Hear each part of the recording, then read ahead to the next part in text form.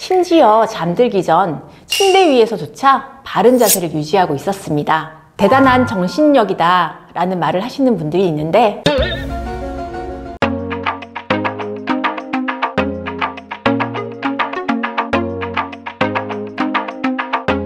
안녕하세요. 얼핏닥터 신정민 원장입니다. 제가 얼굴 교정, 자세 교정 진료를 오래 하다 보니 생긴 직업병이 있습니다. 그건 바로 TV나 유튜브 영상을 볼 때 등장인물의 얼굴이나 신체 구조에 자연스럽게 눈이 간다는 것입니다.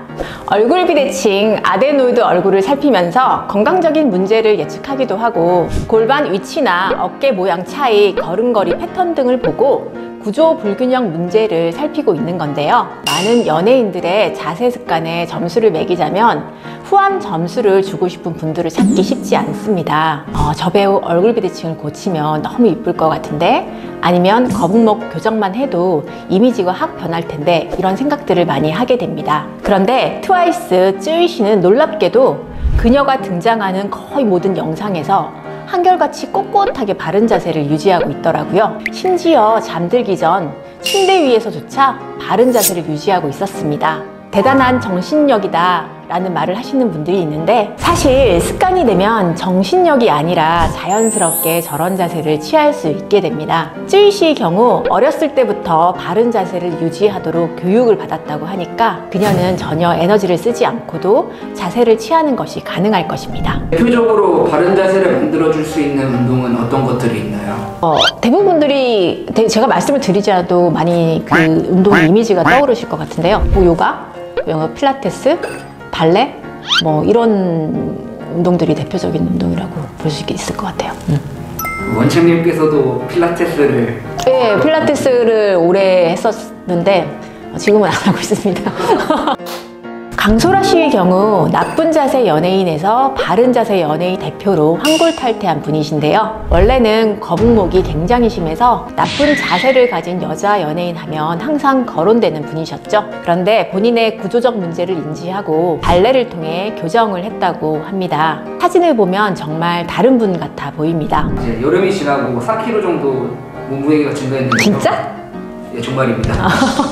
정말입니다. 도대체 얼마나 처먹는 게야? 허리가 평소보다 아프더라고요. 그래서 몸무게가 증가하면 바른 자세 교정에 영향을 주나요?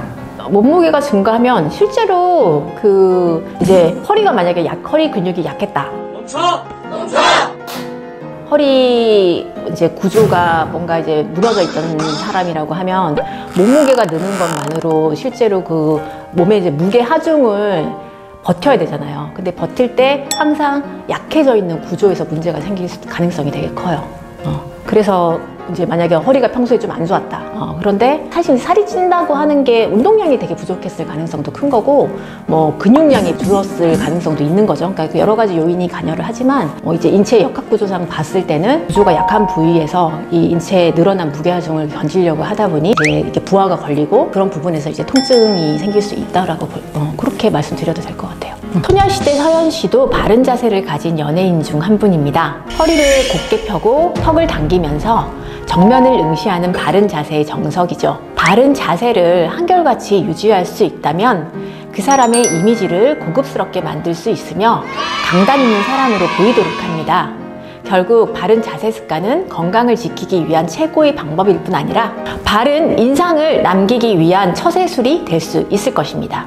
우리가 서 있을 때 취해야 하는 바른 자세는 기바퀴에서 수직으로 내려온 선이 상완골의 중심과 내전자, 실관절의 중심을 통과하고 녹뇌가의 앞쪽까지 이어지는 자세입니다. 머리의 위치를 세간의 약간 뒤쪽에 놓는 기분으로 위치하도록 하고, 요추를 약간 펴는 느낌으로 골반을 당겨서 발바닥에 엄지 뒤, 중족골 접촉면과 발꿈치 뒤에 동시에 압박되도록 하며 양팔은 손등이 보이도록 위치를 잡아줍니다. 이런 자세는 기본적으로 허리를 펴고 턱을 당겨야 가능합니다. 턱을 당기는 것만 강조하게 되면 오히려 어깨가 들리는 부자연스러운 자세가 만들어지게 되니, 가장 좋은 팁은 가슴을 앞으로 내밀면서 머리를 위쪽으로 든다는 느낌에 신경 쓰면서 자세를 취하시면 됩니다. 눈이 안 좋아서 모니터나 책을 볼 때 얼굴을 먼저 가까이 하는데 시력으로 인해 자세가 나빠질 수도 있나요? 아니면 나쁜 자세로 인해 시력이 저하되는 건가요? 이거는 양쪽 다 맞는 말이죠. 실제로